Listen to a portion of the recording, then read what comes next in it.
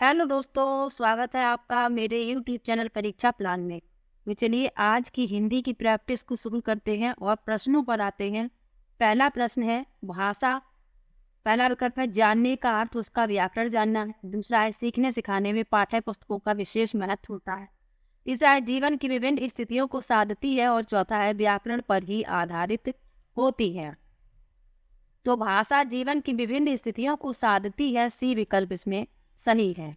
अगला प्रश्न है भाषा की कक्षा में समाचार पत्र पत्रिकाओं का उपयोग यह सुनिश्चित करता है कि पहला विकल्प है शिक्षण सामग्री का उपयोग हो रहा है। दूसरा है बच्चों की भाषा पर समाचार पत्र पत्रिकाओं का प्रभाव पड़े।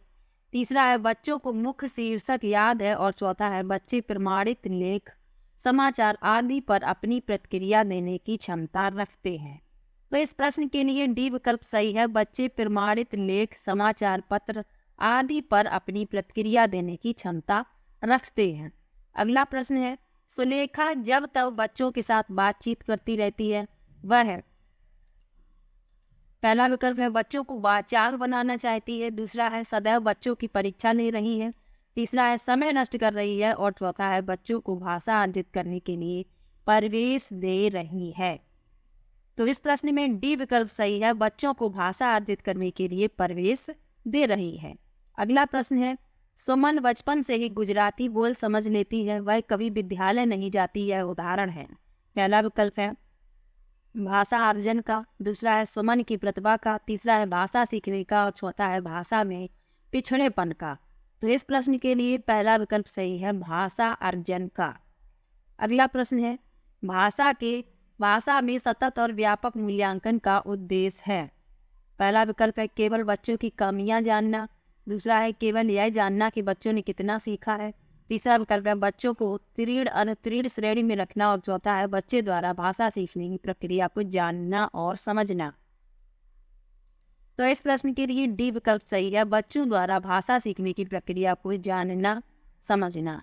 अगला प्रश्न है सस्वर पठन का मुख्य उद्देश्य है। पाठन नहीं पठन है यहाँ पर। सस्वर पठन का मुख्य उद्देश्य है। पहला विकल्प है मौन पठन। दूसरा है बच्चों की पढ़ने संबंधी झिझक को समाप्त करना। तीसरा है बोल बोल कर पढ़ना और चौथा है द्रुत गति से पढ़ना। तो सस्वर पठन का मुख्य उद्देश्य है बच्चों की पढ़ने संबंधी झिझक को समाप्त करना। डी विकल्प इसमें सही है।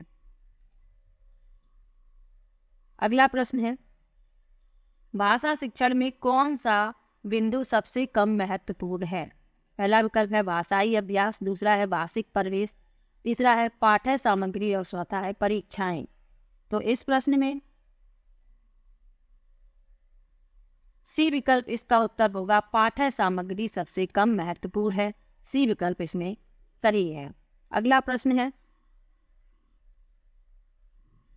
सतत मूल्यांकन का एक निहितार्थ है। पहला विकल्प है बच्चों के भाषा प्रयोग का निरंतर अवलोकन करना।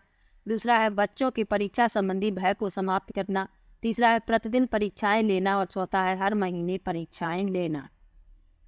तो इस प्रश्न में ए विकल्प सही है, बच्चों के भाषा प्रयोग का निरंतर अवलोकन करना। अगला प्रश्न है भाषा के आधारभूत कौशल। पहला विकल्प है क्रमबद्ध रूप से चलते हैं। दूसरा है हमेशा अर्जित किए जाते हैं। तीसरा है सर्वथा पृथक हैं और चौथा है अंतः संबंधित होते हैं। तो इस प्रश्न में बी विकल्प सही है, हमेशा अर्जित किए जाते हैं। अगला प्रश्न है शिक्षक की स्वयं की भाषा प्रयोग की कुशलता है। पहला विकल्प है बच्चों के भाषा प्रयोग के लिए आदर्श रूप प्रस्तुत करती है। दूसरा है बच्चों के भाषा प्रयोग पर कोई प्रभाव नहीं डालती है। तीसरा है बच्चों को अलंकारिक भाषा प्रयोग के लिए प्रेरित करती है और चौथा है बच्चों की भाषा का अनुकरण करने के लिए बाध्य करती है। तो इस प्रश्न में ए विकल्प सही है, बच्चों के भाषा प्रयोग के लिए आदर्श रूप प्रस्तुत करती है। अगला प्रश्न है भाषा अर्जन और भाषा अधिगम में महत्वपूर्ण अंतर है। पहला विकल्प है भाषा का कठिनाई स्तर। दूसरा है भाषा की पाठ्य पुस्तक। तीसरा है भाषा सीखने सिखाने की पद्धति और चौथा है भाषिक प्रवेश की उपलब्धता। तो इस प्रश्न के लिए डी विकल्प सही है, भाषिक प्रवेश की उपलब्धता। अगला प्रश्न है भाषा की पाठ्य पुस्तक में से संबंधित पाठ होने चाहिए। पहला विकल्प है संस्कृति, दूसरा है साहित्य, तीसरा है विज्ञान और चौथा है ये सभी। तो इस प्रश्न में बी विकल्प सही है, साहित्य। अगला प्रश्न है आकलन। पहला विकल्प है मूलतः शिक्षक केंद्रित ही होना चाहिए, दूसरा है केवल यह बताता है कि बच्चे ने क्या नहीं सीखा, तीसरा है भाषा सीखने सिखाने की प्रक्रिया का अभिन्न अंग है और चौथा है पाठ समाप्ति पर ही किया जाता है। तो आकलन जो है भाषा सीखने सिखाने की प्रक्रिया का अभिन्न अंग है, सी विकल्प इसमें सही है। अगला प्रश्न है मौखिक भाषा के आकलन का सर्वोत्तम तरीका है।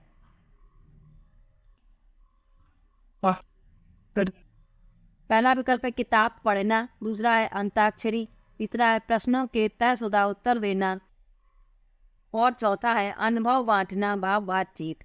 तो मौखिक भाषा के आकलन का सर्वोत्तम तरीका है अनुभव बांटना व बातचीत, डी विकल्प इसमें सही है।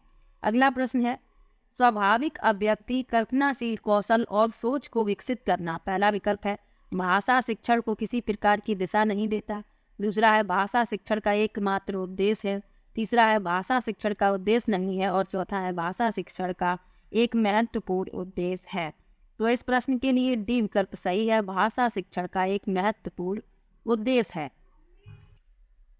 अगला प्रश्न है माधुरी पढ़ते समय कभी कभी वाक्यों शब्दों की पुनरावृत्ति करती है, इसका यह भाषाई व्यवहार दर्शाता है कि। पहला विकल्प है वह समझ के साथ पढ़ने की कोशिश कर रही है, दूसरा विकल्प है वह अटक अटक कर ही पढ़ सकती है, तीसरा है उसे पढ़ना बिल्कुल नहीं आता और चौथा है वह पढ़ने में ज़्यादा समय लेती है। तो इस प्रश्न में पहला विकल्प सही है, वह समझ के साथ पढ़ने की कोशिश कर रही है। अगला प्रश्न है उसने पढ़ा, उसने खाया और उसने चीखा जैसे भाषा प्रयोग दर्शाते हैं। पहला विकल्प है नियम उल्लंघन, दूसरा विकल्प है संदर्भ की समझ ना होना, तीसरा है नियम कंठस्थ ना होना और चौथा है नियमों का अति सामान्यीकरण। तो इस प्रश्न में डी विकल्प सही है, नियमों का अति सामान्यीकरण। अगला प्रश्न है व्याकरण शिक्षण के संदर्भ में कौन सा कथन सही है। पहला विकल्प है व्याकरण शिक्षण के लिए समय सारणी में अलग से काव्यांशों की व्यवस्था होनी चाहिए, दूसरा है भाषा प्रयोग की अपेक्षा भाषा नियमों को ही महत्व देना चाहिए, तीसरा है बच्चे परिवेश में उपलब्ध भाषिक प्रयोगों के आधार पर स्वयं भाषा के नियम बनाने की क्षमता रखते हैं और चौथा है व्याकरण शिक्षण अत्यंत आवश्यक है। तो इस प्रश्न में डी विकल्प सही है, व्याकरण शिक्षण अत्यंत आवश्यक है। अगला प्रश्न है भाषा की पाठ्य पुस्तक में ऐसे पाठ रखे जाएं जो। पहला विकल्प है केवल व्याकरणिक नियमों का ही अभ्यास कराते हों, दूसरा है अत्यंत छोटे हों, तीसरा है सरल भाषा से युक्त हो और चौथा है बच्चों के परिवेश से जुड़े हों। तो इस प्रश्न में डी विकल्प सही है, बच्चों के परिवेश से जुड़े हों। अगला प्रश्न है कक्षा में मौजूद बहुभाषिकता। पहला विकल्प है बच्चों को लक्ष्य भाषा सीखने के लिए हतोत्साहित करती है, दूसरा है शिक्षक के लिए एक जटिल और कठोर चुनौती है, तीसरा है भाषा शिक्षण में बाधक है और चौथा है भाषा शिक्षण में एक संसाधन के रूप में प्रयुक्त हो सकती है। तो इस प्रश्न में डी विकल्प सही है, भाषा शिक्षण में एक संसाधन के रूप में प्रयुक्त हो सकती है, डी विकल्प सही है। अगला प्रश्न देख लेते हैं द्वितीय भाषा के रूप में हिंदी सीखने का मुख्य उद्देश्य है। पहला विकल्प है मानक हिंदी लिखने में निपुणता प्राप्त करना, दूसरा है हिंदी और अपनी मातृभाषा के अंतर को कंठस्थ करना, तीसरा है हिंदी के व्याकरण पर अधिकार प्राप्त करना और चौथा है दैनिक जीवन में हिंदी में समझने तथा बोलने की क्षमता का विकास करना। तो द्वितीय भाषा के रूप में हिंदी सीखने का मुख्य उद्देश्य है दैनिक जीवन में हिंदी में समझने तथा बोलने की क्षमता का विकास करना, डी विकल्प इसमें सही है। अगला प्रश्न है निम्नलिखित में से कौन सा उच्च प्राथमिक स्तर पर भाषा शिक्षण का उद्देश्य नहीं है। पहला विकल्प है सही रूप में समझना, दूसरा है व्याकरण के नियमों को रटना, तीसरा है निजी अनुभवों के आधार पर भाषा का सृजनशील प्रयोग और चौथा है दूसरे के अनुभवों से जुड़ जाना और संदर्भों में चीज़ों को समझना। तो इस प्रश्न के लिए उद्देश्य नहीं है पूछा गया है, बी विकल्प इसका उत्तर होगा व्याकरण के नियमों को रटना। अगला प्रश्न है सपना अपनी कक्षा के बच्चों को मौखिक अभिव्यक्ति के अवसर देने के लिए अनेक क्रियाकलाप करती है। आप निम्नलिखित में से सबसे ज़्यादा प्रभावी किसे मानते हैं? पहला विकल्प है विभिन्न परिस्थितियों से संवाद अदायगी करना, दूसरा है शब्दों को जोर जोर से बोलना, तीसरा है कहानी को बोल बोल कर पढ़ना और चौथा है समाचार पत्र का वाचन करना। तो इस प्रश्न के लिए पहला विकल्प सही है, विभिन्न परिस्थितियों से संवाद अदायगी करना, ये विकल्प इसमें सही है। अगला प्रश्न है, सुहेल 1 साल पहले असम से पंजाब आया। वह हिंदी भाषा का प्रयोग करते समय त्रुटियां करता है। एक शिक्षक के रूप में आप किस कथन को सही मानेंगे? पहला विकल्प है उसे रोज 1 घंटा हिंदी भाषा के शब्द बोलने का अभ्यास करना चाहिए। दूसरा है सुहेल को भाषा प्रयोग के अधिकाधिक अवसर व प्रोत्साहन देना चाहिए। तीसरा है सुहेल को बार बार उसकी त्रुटियों के बारे में बताना चाहिए और चौथा है सुहेल की मातृभाषा का प्रभाव लक्ष्य भाषा पर नहीं पड़ने देना चाहिए। तो इस प्रश्न के लिए बी विकल्प सही है, सुहेल को भाषा प्रयोग के अधिकाधिक अवसर व प्रोत्साहन देना चाहिए। अगला प्रश्न है, भाषा के संदर्भ में निदानात्मक परीक्षण का उद्देश्य है। पहला विकल्प है बच्चों हेतु भाषा प्रयोग के अवसर जुटाना, दूसरा है बच्चों को अगली कक्षा में प्रोन्नत करना, तीसरा है बच्चों की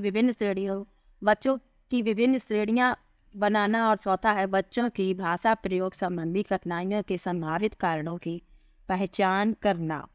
तो इस प्रश्न के लिए डी विकल्प सही है, बच्चों की भाषा संबंधी कठिनाइयों के संभावित कारणों की पहचान करना। अगला प्रश्न है, भाषा के सतत और व्यापक मूल्यांकन का उद्देश्य है। पहला विकल्प है बच्चों की सीखने सिखाने की प्रक्रिया को समझकर उपयुक्त शिक्षण अधिगम प्रक्रिया अपनाना, दूसरा है अगली कक्षा में प्रोन्नत करने हेतु साक्ष्य जुटाना, तीसरा है बच्चों की त्रुटियों को पहचान करना और चौथा है मूल्यांकन की परंपरा का निर्वाह करना।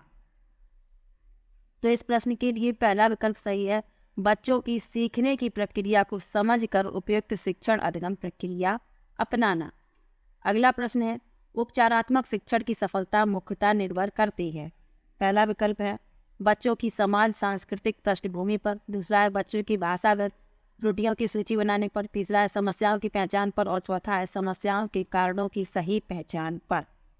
तो इस प्रश्न के लिए सी विकल्प सही है, समस्याओं की पहचान पर। सी विकल्प इसमें सही है। अगला प्रश्न देखते हैं, उच्च कक्षाओं में पहला विकल्प है साहित्य साध्य और भाषा कौशल साधन, दूसरा है केवल छंद अलंकारों को समझने के प्रयास करना ही भाषा शिक्षण का उद्देश्य है, तीसरा है भाषा कौशल साध्य और साधन है साहित्य और चौथा है भाषा की पाठ्य पुस्तक अत्यंत महत्वपूर्ण है। तो इस प्रश्न में सी विकल्प सही है, भाषा कौशल साध्य है और साहित्य है साधन। सी विकल्प इसमें सही है। अगला प्रश्न है भाषा अर्जन। पहला विकल्प है शिक्षक की आवश्यक उपस्थिति की मांग करता है, दूसरा है भाषा की कक्षा में ही संभव है, तीसरा है सहज स्वाभाविक होता है और चौथा है प्रयास पूर्ण होता है। तो भाषा अर्जन जो है वह सहज स्वाभाविक होता है। सी विकल्प इसमें सही है।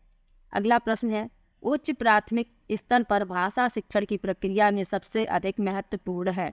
पहला विकल्प है पाठ्य पुस्तक में दिए गए साहित्यिक अंशों की विस्तृत व्याख्या, दूसरा है पठन कौशल पर अधिक बल देना, तीसरा है पाठों के शब्दों का अर्थ जानने के लिए शब्दकोश का प्रयोग करना और चौथा है समाचार पत्र पत्रिकाओं या अन्य भाषिक सामग्री में कही गई बात के निहितार्थ सोच सरोकार की पहचान करना।